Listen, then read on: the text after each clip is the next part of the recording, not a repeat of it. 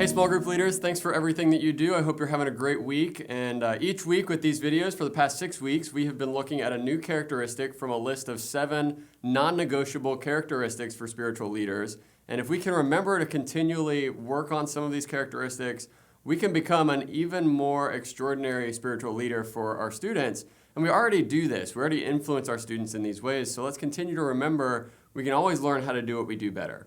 Now, this week is the last of these 7 things, and we're talking about simplicity. And I once heard a speaker say, if you want to impress me as a leader, don't tell me what you're doing, tell me what you're not doing. And for me, that was a big aha moment, because I think a leader who is worth his or her salt will admit that they're not good at everything. And as a result, they will stop trying to be.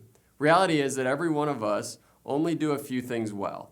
And our leadership will be maximized when we can focus on what God has gifted us to do and called us to be, rather than what everybody else in the church expects us to be.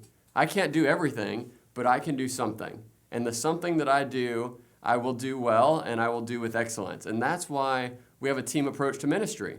What I lack, others of you on our small group team will fill in the gaps. What I'm gifted in, I bring to the team. And together we are stronger, and we're freed up to have clarity and focus on our part of making the team better when we really have a simplistic approach to being a leader. What is your giftedness as a small group leader or a student ministry volunteer? How can you simplify the load and do what you do best and rely on the whole team together to make it a complete, perfect ministry together? Now, this week we start a brand new sermon series called Plot Twist. And we all have a storyline for how we think our lives are supposed to go.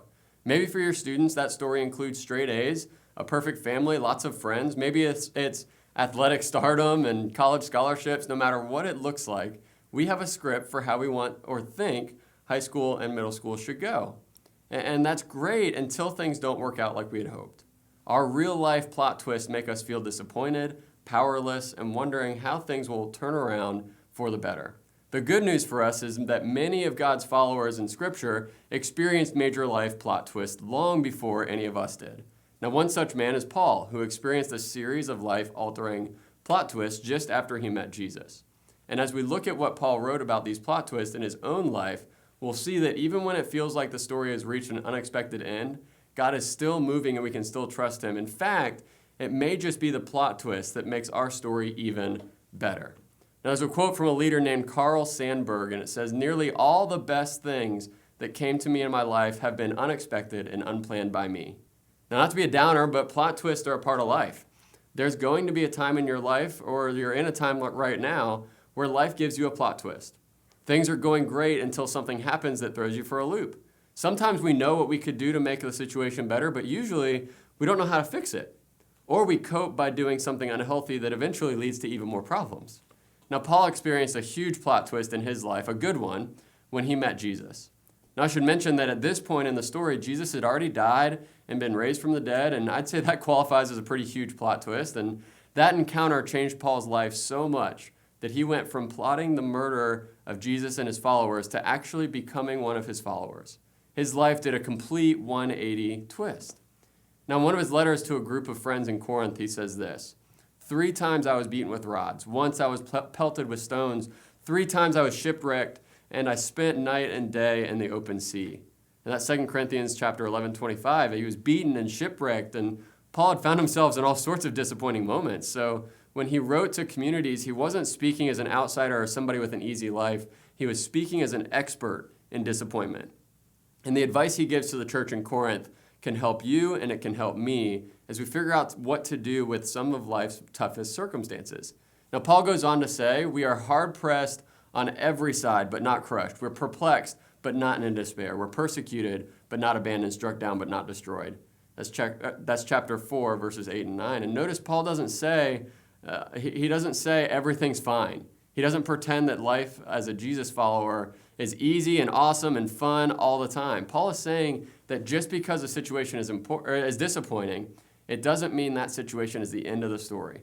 In such a rough time, how could Paul say something like that? What he did, or what did he seem, why did he seem so sure in those bad situations? It wasn't the end. And there's a clue in something that Paul says just a few verses later. It says, so we fix our eyes not on what is seen, but what is unseen, since what is seen is temporary, but what is unseen is eternal. And that's verse 18.